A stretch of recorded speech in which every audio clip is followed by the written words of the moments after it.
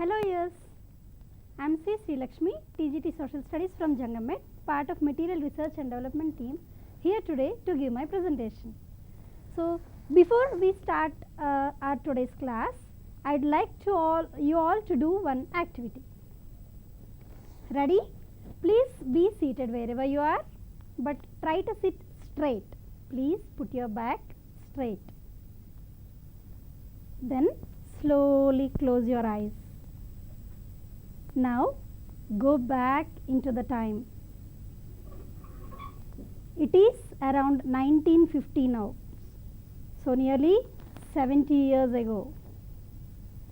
Your father is working on a farm under hot sun. You are with your father looking at him. You came from home all the way by walk, and after the farm work you also went back home with your father by walk. Your mother was struggling with traditional stove where bricks were kept and firewood was used for flame. She was getting cough continuously. You want to help your mother, so you were sitting near a grinder, to a hand grinder. You were trying to grind the dal for idli. It took nearly 1 hour and you had to put all your energy and effort into that to grind. There were no machines around you at all, and letter was the only communication from your relatives or friends. So this was the situation. There were no machines at all around you. Now slowly please open your eyes and come back to the normal situation. Take long breath if necessary. So dear children, how did you feel? Was it painful a bit to see your mother like that, struggling, to see your father working hard in fields? But dear children, it was the truth. There were no machines around 70-80 years ago, but today the situation is different. So our today's topic is absolutely in relevance to this activity, that is about industries in India. Industrial revolution and industries in India is our today's topic. So please look at the slide now.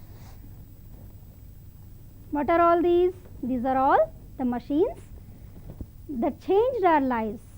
The first picture is mobile, then computer, then smart TV. These three have become a part of our life, isn't it? We can't imagine one day without any of these. And in the below row you can see the washing machine. Washing clothes was back-breaking work long period ago, but now it is done with the fingertips. Just you press the button, the clothes are washed. And the next picture is air conditioner, which has been recently coming into the list of necessities from luxuries, particularly in urban areas. Without AC, people don't want to stay at homes now. Even in offices we see big centralized air conditioners. And the last picture is wet grinder. So it took 1 hour for you in the visualization activity to grind the dal, but it takes only minutes to grind the same in this machine. So machines made our lives easier, isn't it? So what are all these? These are all boon of industrialization, a gift for all of us, for all the mankind. It is a gift given by industrialization. Let's now understand what an industry is. What does the word industry mean actually? Industry is an economic activity in either goods are produced, or minerals are extracted, or services are provided. Look at the pictures here again. The first picture speaks about the manufacturing of cars. So something is being manufactured here, and second picture is showing about the extraction of mineral. The third one is speaking about the different types of networks that help us in communication and all. So, I repeat, industry is an economic activity in which goods are produced or minerals are extracted or services are provided. So, what is the story of this industrialization? I am sure you all would like to know where it originated, what is its story. The story dates back to 14th century. And it is in Europe. So, what happened there in Europe in 14th century? Trade began to expand to other continents. So, there were trade relations between Europe, Africa, Asia and American lands. So, this trade created lot of scope for supply of the goods, the finished goods.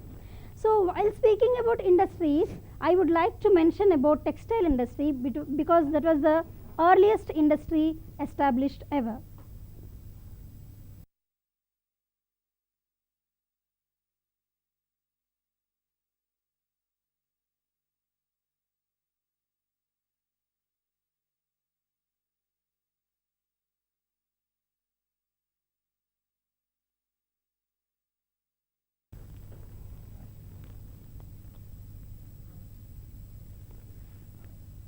Textile industry was the first ever industry established. So, let us listen to its story. So, around 14th century, the traders used to go to different places. They used to go to different places to different people to get the cloth manufactured. For example, they took material from suppliers. They took cotton from suppliers. From them, they used to go to spinners for getting the yarn spun. From spinners, they used to go to weavers, the people who used to weave cloth. From them, they used to go to dyers, one who colored the clothes. And from there, traders used to get the things packed and they used to send to other places for sale. So, this was all done in different places and the system was called putting out system. What is the system called? Putting out system. The system in which things are not manufactured in a single place.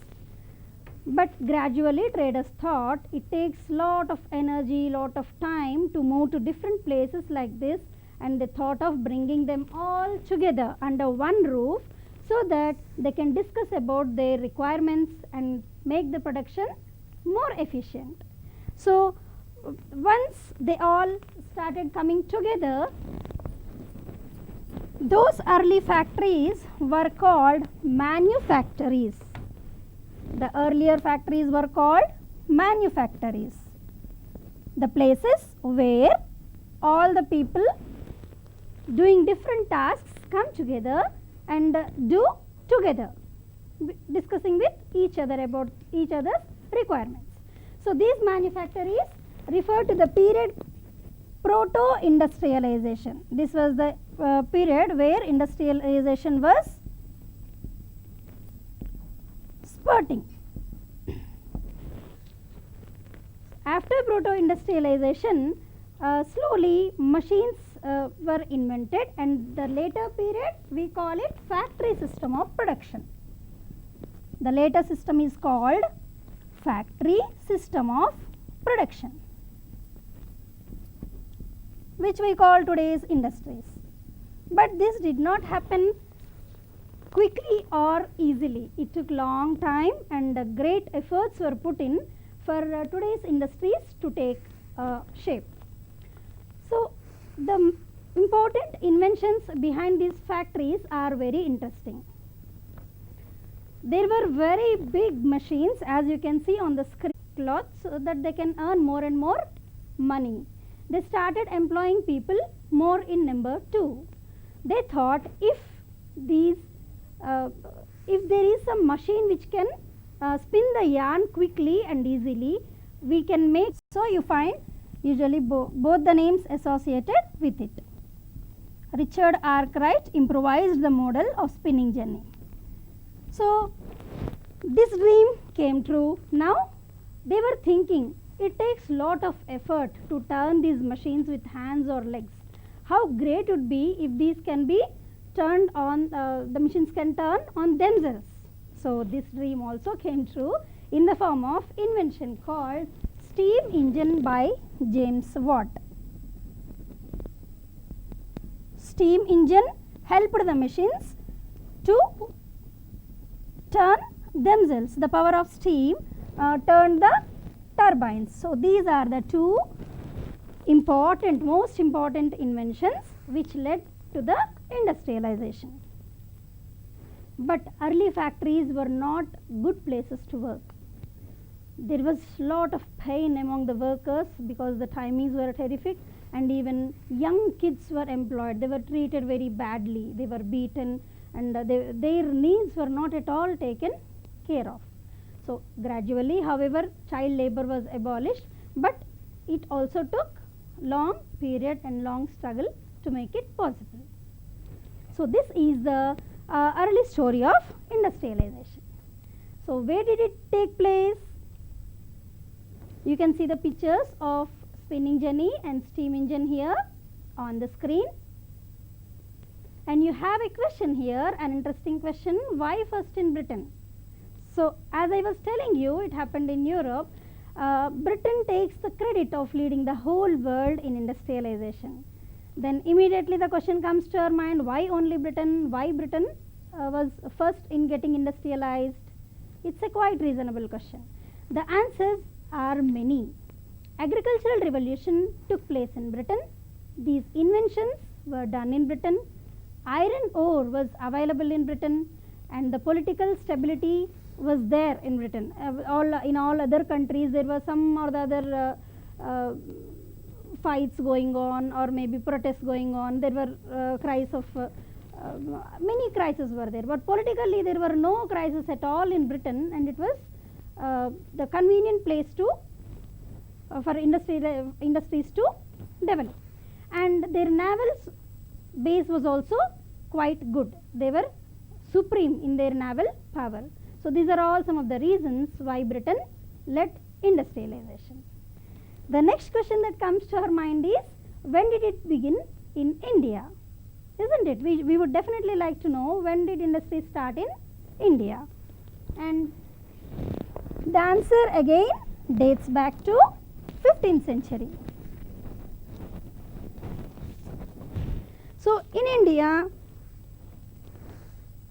as we were discussing, the trade was developing among four continents: Europe, America, Africa and Asia. People were searching for sea routes to carry out trade, to take raw materials, to sell finished goods, and so many things. So here people travelled on different directions to discover new lands. So our country, our motherland was discovered, the sea route was discovered by Vasco da Gama. Vasco da Gama, a Portuguese traveller, discovered sea route to our country in the year 1498. Of course, he landed in 1499, but the sea route is discovered in 1498. He was a Portuguese traveller. But in 1700, England took a charter from Queen Elizabeth that they would like to have exclusive trade. That means only they should trade with East, not the other countries. So there was already competition among the European countries. This England wants to get benefits, so it has taken a charter, a legal right of trading with Eastern countries. But it did not work. However, there were many competitors already ready here. Who were they? There were people from France. There were people from Portugal. There were people from Netherlands. It is also called Holland. And it is important to know what we call these people. We call France people as French, and Portugal people as Portuguese, and we call Netherlands people as Dutch. The name is different here. So, dear students, please notice. So, these three people were the competitors for England to have trade relations with East, particularly with our country. Why was so heavy competition? Why all these people wanted to take raw material from our motherland? Why were they competing so strongly? There is a reason for it. We have learnt in our last class in agriculture that superior cotton is grown in India. Let us revise it. Cotton is a crop which is better grown in black soils. There are certain conditions needed for growing cotton, the best cotton. Okay. So, black soil is the convenient soil. So, it needs high temperatures, it needs high rainfall, but it also needs 210 frost free days. Frost free means morning you can see dew drops and all falling, no? So, frost is also a type of snow. So, these frost free days, 210 frost free days are needed. That means high temperature is needed for cotton, for special good cotton to grow. So, the quality of cotton in India was superior, and that is the reason all the countries were competing to get the cotton from our motherland. When they came here, they were just carrying cotton from here, not just cotton for that matter. There were other things also we discussed in the earlier class. So, what are the things that were traded? Spices, silk, and many other things, but this was given top priority because everywhere there was industrialization. The earliest industries were cotton mills. So, gradually they thought instead of carrying bales of cotton, they can manufacture the cloth here, and they can it will be easy for them to carry to markets of other countries. So, first cotton mill was established in Bombay in the year 1854, and by 1900 the number grew to 84. So many mills in and around Bombay were established, cotton mills, and not only in Bombay, even in other cities. So, in other cities nearby there were cotton mills established. In the year 1861, as you can see on the slide, the mill was established in Ahmedabad. So, these were the early industries established in India. There is one more important industry about which we need to mention surely, and that is first major iron and steel industry. Iron and steel industry is very important because it is necessary to establish any other industry. Machines are all made of iron and steel, right? So, it is important to mention here about this particular industry, and that is TISCO, Tata Iron and Steel Company. So, even today it is ranking of course second in this iron and steel production. So, TISCO was the oldest industry for that matter in our country. It was established in 20th century, in the beginning of 20th century, and the production started in the year 1912. Steel was produced in the year 1912. It is surprising to know that within the span of 7 years, the production was so large because British people wanted more and more iron and steel. There are two important reasons for that. One, expansion of railways was being done during that time. As you know already that either for tracks or for coaches they need lots and lots of iron. And World War I was also going on from 1914 to 1918. There were certain war needs also for British people. So, these two are the reasons why TISCO could flourish. There was continuously demand and supply too. By 1919, around 90% of the steel produced by TISCO was purchased by the colonial government. So, this is the story of early industrialization in India. These were the early industries: cotton textile industry and iron and steel industry. So, for any industry, to establish any industry, what are the requirements? What are the things with which we can establish an industry, or What are the things without which we cannot establish an industry? Those things are called factors of production. What do we call them? Factors of production. There are 4 major factors of production. They are land, labor, capital, and organization. Organization is also sometimes called enterprise. These are the 4 major factors of production. Land is needed to plan for construction, to construct the industry. Labor is of course needed for construction as well as for running the industry. Capital for all the all, and organization. We need people to manage all these things in a disciplined way to facilitate production. So these are the main 4 factors of production. But to look at an industry, these 4 are not sufficient. There are many other things which are necessary. Let us look at the slide here. What are the other things required? We need water, sometimes for industrial use and also for the people who are residing over there working for the production. We need transport. We need markets. We need markets so that we can send our goods, sell them there and get good money. So we need not spend lots of amount on transporting the things to far off places. If there are nearby markets, it will be good. And labor capital, of course, we have already discussed. And raw material, yes, availability of raw material is the most important thing. So raw material is the base for the production. So if we need to get the raw material from far off places, the expenses will be definitely more. That is why availability of raw material is one of the most important point here. So wherever the raw material is available, in that place if the industry is located, it will be beneficial. And power is needed to run the machinery and also for the general use. And land we have already discussed. Transport, there should be some connecting roadways, or if for big industries we even need rail tracks. So there should be good transport facility available and even communication. So there should be contacts, so either to get the deals, to speak to people about the production, and also for all these things they need communication also. So these are all few things which are very important, which help us to understand about the industrial location. So are there any categories of industries, or they are all one and same?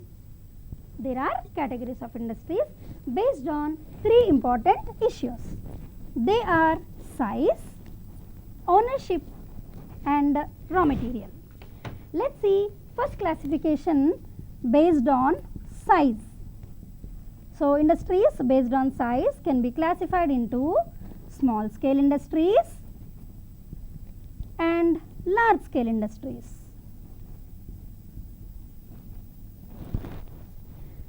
Small scale industries mean the industries in which less capital is involved, less number of people are involved, and the production is also less, minimum. And large scale industries are the industries in which all are more. The land involved is more, the machinery is heavy, capital involved is more, number of people are involved, and the production is also very heavy. The examples can be for small scale industries, maybe toy making, small food processing units, basket weaving, or handicrafts material. As you can see, the handicraft material here made by these bamboo sticks, or we can see bags and different types of showcase items are made of bamboo things, handcrafts, and some toys are also made. So this is the toy of the dry grinder. We were discussing about wet grinder in our visualization activity. This is the toy of dry grinder. In olden days it was like this. So dal was put here and it was grinded like this. So these are some of the examples of small scale industries. And coming to large scale industries, big machinery or maybe railway coaches and all are manufactured. see, of course this is a model, this is a toy, but big coaches and all are manufactured in large scale industries. So I hope you got the difference. Small scale industries are the industries in which the capital is less, number of people involved is also less, and the production is also less. Now let us go to the second categorization, that is based on the ownership, and there are three categories in this. They are private sector, public sector, and cooperative sector. Private sector industries are owned by private people. They are owned by private people and they are run by private people. They don't have anything to do with any other people. If there is loss, they face, and if there is gain also they enjoy. So one known example for private industries for all of you can be this one. Most of you might have seen Priya Pickles. Okay, this is an example for private industry. And public sector industry is the industry in which there is partnership in the ownership with government and normal people, civilians. So there is a sort of partnership between the government and other individuals in public sector. And cooperative sector is a sector where people who produce raw materials, who supply raw materials, or people who work with that together, they own and they run the industry. So that sector is called cooperative sector. So a good example for cooperative sector is again here Amul products. You can see on any of the Amul product it will be written, this is Cooperative Milk Products Union Limited. So if next time when you buy Amul ghee or Amul ice cream or Amul butter, you can see that it is written there, Amul Cooperative. So these are the three types of industries based on ownership. And the last but most important categorization is on the screen. Please look at the screen. The third classification is based on raw materials. There are four types: agro-based industries, mineral-based industries, automobile industries, and information technology industry, IT industry we call it.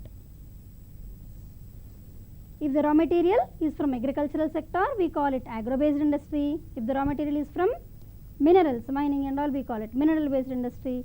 And if it is manufacturing of vehicles and all, we call it automobile industry. And if it is regarding the providing of services, communication and all, we call it information technology, IT industry. Let's look at them, look at each of them in detail.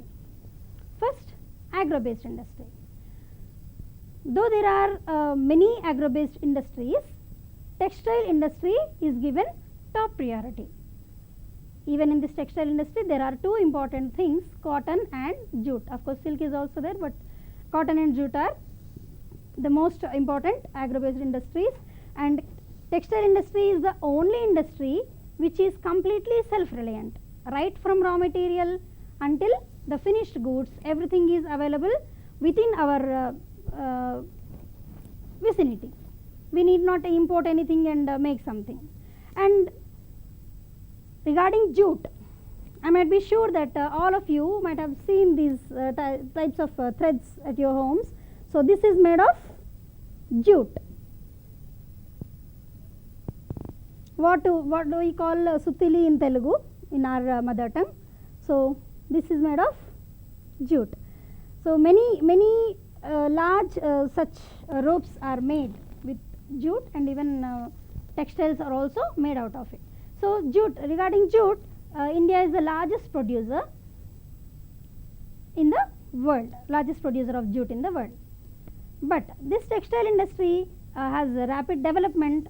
There is a negative side too. Negative side of the coin is that it is a blow to handlooms.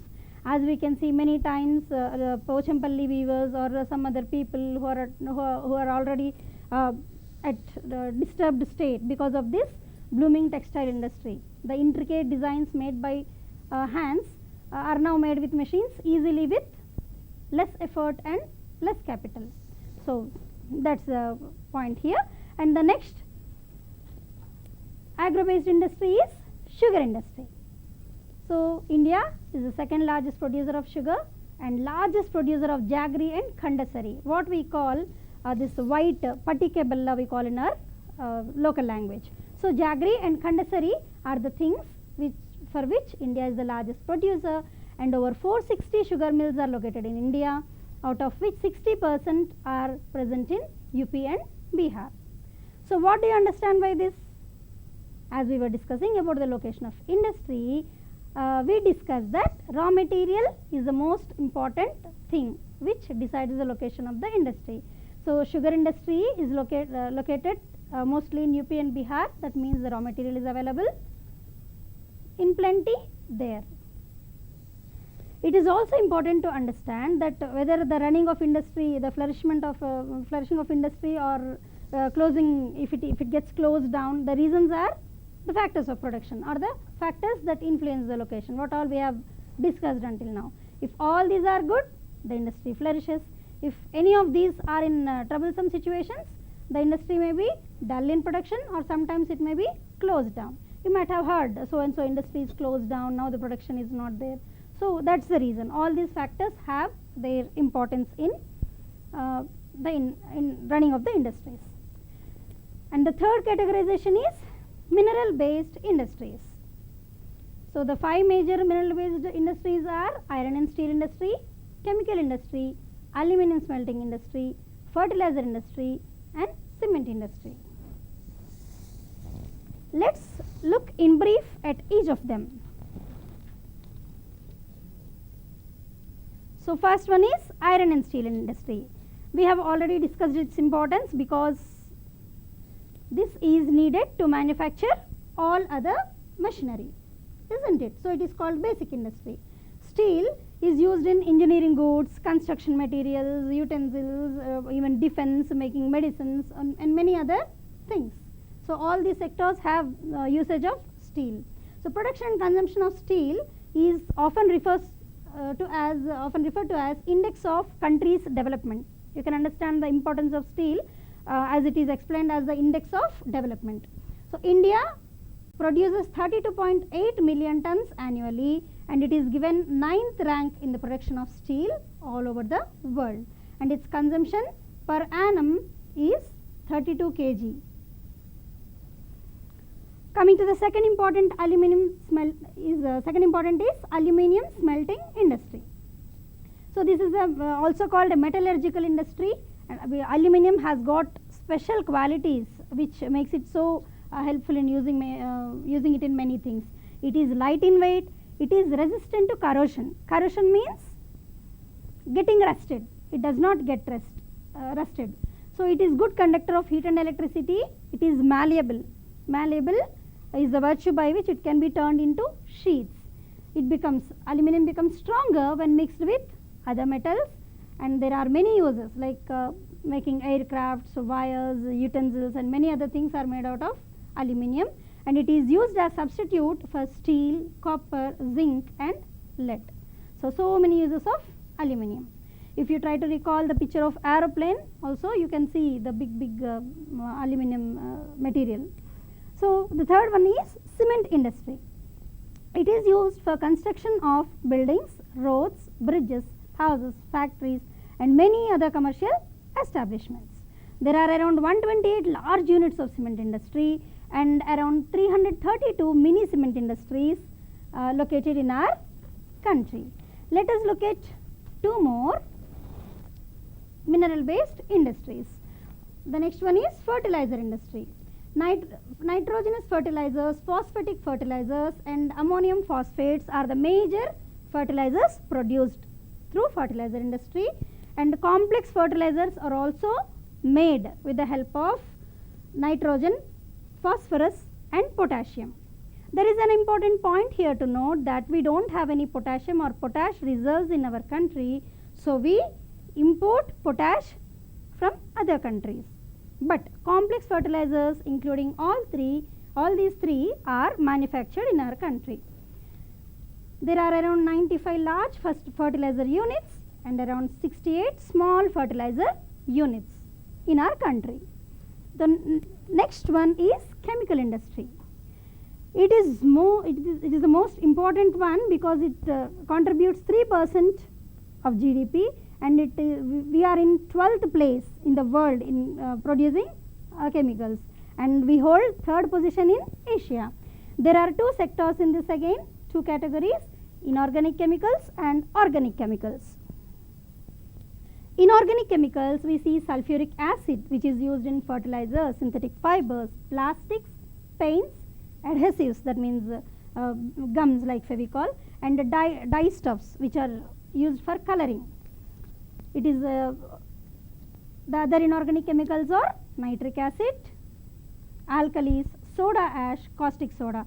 Soda ash is also used in making glass, soaps, paper which we write, and all these things. Organic chemicals, we have petrochemicals which are also used in synthetic fibers, synthetic rubber, dye stuffs, plastics, drugs, and pharmaceuticals. Pharmaceuticals means medicines. So these organic chemicals are located near the oil refineries. So this is the story of chemical industry. So these are all the important details about different mineral based industries in our country. Now let's move on to the next one, that is automobile industry. So automobile industry is involves in the manufacturing of different types of vehicles, 2-wheelers, 3-wheelers, 4-wheelers, trucks, buses, and so many things. So there is tremendous growth in automobile industry noted, maybe because of there are foreign direct investments involved, new technology is involved, and there is globalization of the market for getting raw materials for sending finished goods and all, about which we are going to discuss in the next subtopic. So there are around 15 passenger cars and multi-utility vehicles, there are vehicle manufacturing units, and there are 9 commercial vehicle manufacturing units, and 14 2-wheeler and 3-wheeler manufacturing units in our country. So these multi-utility vehicles are again heavy vehicles. So all sorts of vehicles are manufactured now in our country. So last one being here is information technology and electronics industry. So from transistor sets to telephones, pagers, televisions, computers, and present day mobiles, laptops, all these things are manufactured, are served, and Bangalore has become electronic capital of our country, and there are around 18 software technology parks from where we get single window services, high speed data facilities are available, and around 1.5 crore people are involved in this IT sector. So many people get employment here in this IT sector. So these are the major things about different industries in India.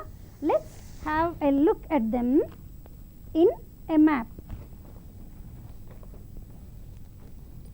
Here I don't want to mention the names of the places. We will look at the map in a different angle, in a different dimension.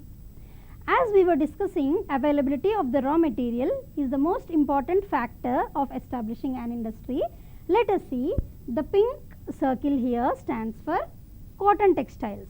Let's see where they are located.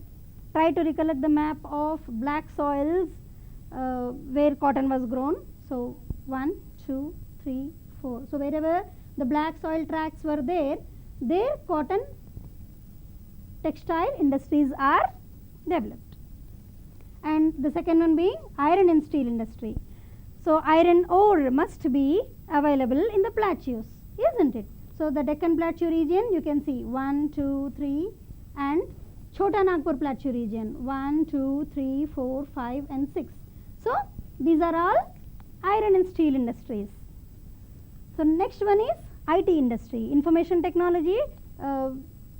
Naturally it must be present in big cities, particularly in capital cities. So you can see them all over the regions, in northern region, western region, northeast, and southern region. So everywhere you can see these IT industries. And automobiles industry, manufacturing of automobiles.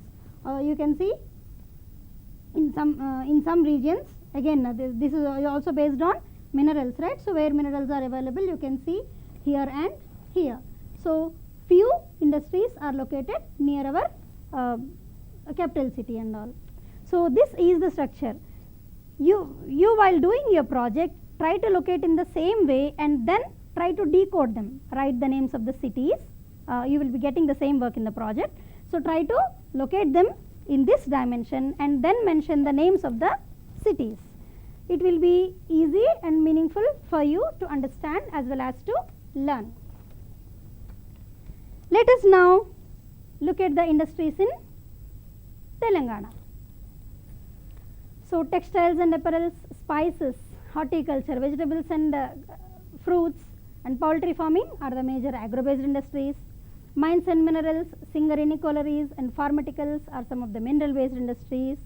Automobiles and auto components industry are some of the automobile industries. Information technology and tourism are related to IT sector. So these two are also well developed in Telangana. So developed that Hyderabad is sometimes called Cyberabad because of its superiority in IT. And tourism is also well developed with good communication and good facilities provided by the government for the local tourists as well as for the tourists who are coming from outside. So when we speak about industries, it is very important for us to speak about the new policy of industries. When we got independence, the situation of industries was different. That means, let me explain you with an example. If I, you or your friends together, we want to start an industry, can we just come together, gather some money and start an industry? No. We need to get prior permission from the government. So earlier, when we got independence in 1950s, 60s and 70s, the rules for all these things were very difficult. The licensing system was very tough, and there were many administrative hurdles which led to even bribery, and new entrepreneurs were not allowed to come. I wish to tell one important thing here. We often see this word, but it is pronounced as entrepreneur. Means one who runs the organization, establishes or runs the organization.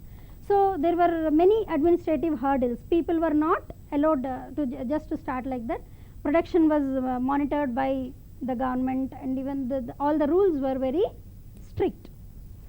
So these rules did not work because the government was suffering, the economy was suffering, as most of its expenses were done on the cost of this borrowing, for paying the interest, for subsidies in food, fuel, fertilizers, and for regarding many schemes to alleviate poverty, to provide education, for many other things. The money was stuck up everywhere and there was no hope.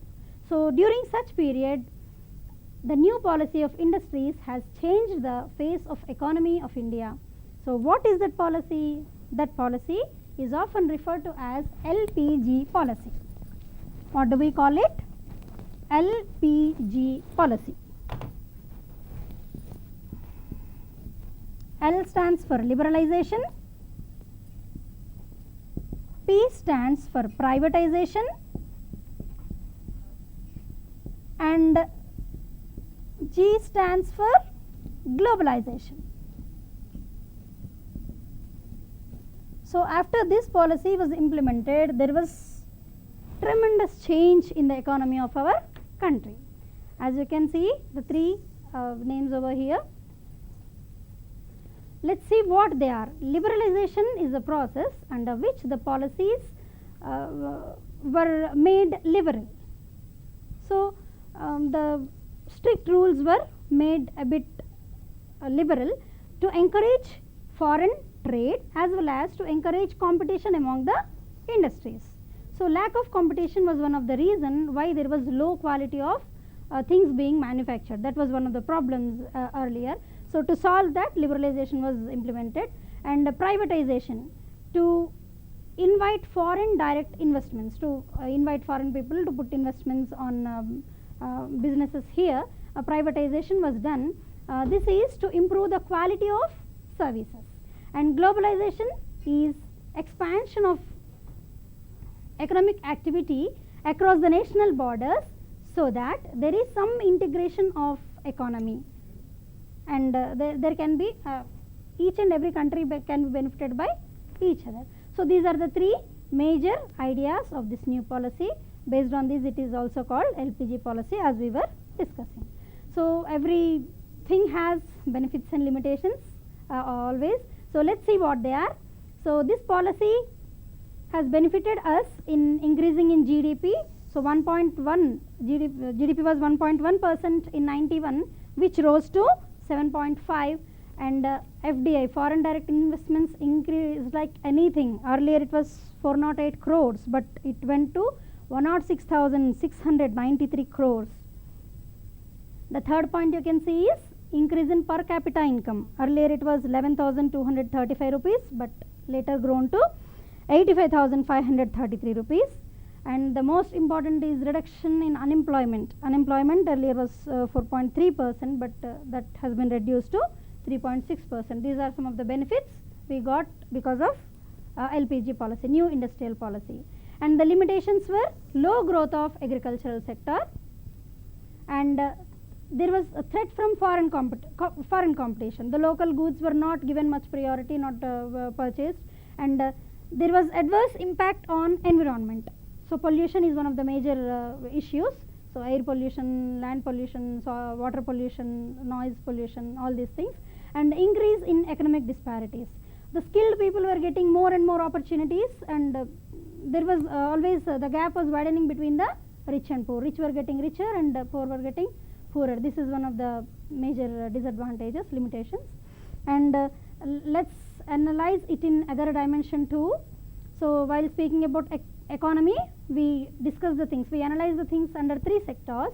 So earlier in 1972 and 73, agriculture sector was 41.4%, it was contributing, industries 22.8%, and services 35.8%. So you can see change in the service sector has improved a lot.